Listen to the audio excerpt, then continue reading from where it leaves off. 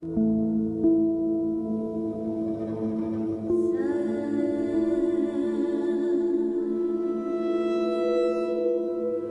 find it quite worrisome that the world seems unaware of the scale of the problem of disappearances in Sri Lanka. There are no clear numbers, but the number of cases that we've documented suggests that Sri Lanka at the moment probably has the highest level of disappearances in the world. The government obviously says that nothing is happening whatsoever and denies any responsibility for the disappearances. In reality, cases we documented strongly suggest the involvement of Sri Lankan security forces. In essence, this is an ethnic conflict and a civil war between the government and the Tamil Tigers. For many years, Human Rights Watch has documented abuses by the Tamil Tigers, but what we're seeing in the last year and a half is the government stooping to the level of this very violent and abusive armed group. In this battle, it's the civilians who get squeezed.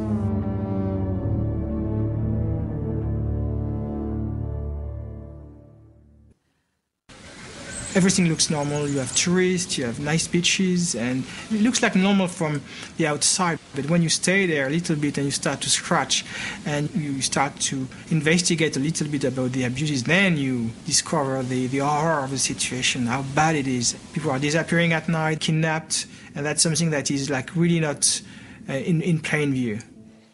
We met with hundreds of families in Sri Lanka, and for each family it's an ongoing tragedy. It's a tragedy that defines every single day of their lives.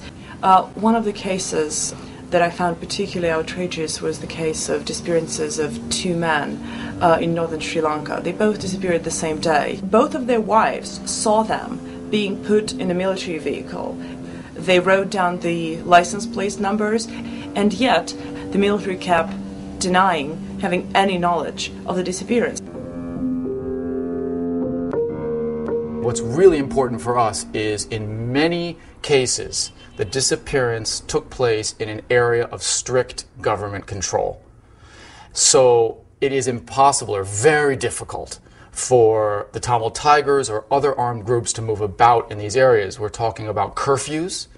We're talking about constant patrols and checkpoints by the military. And it's in these areas where disappearances are taking place, which in our mind points the finger quite directly at government forces. The government set up numerous mechanisms, committees and commissions that were supposed to look into disappearances. None of these mechanisms produced any tangible results. There are no investigations, no real investigations into disappearances and other abuses, and there are no prosecutions, simply no prosecutions whatsoever. The only mechanism that can actually help solve the problem of disappearances would be international monitoring. It would be able to look into violations by both sides of the conflict and is absolutely crucial if any justice is to be brought to the victims. Unforced disappearance is a continued offense. It brings an enormous tragedy to the family because in most cases they wonder for weeks and months and years and sometimes forever about the fate of their loved ones.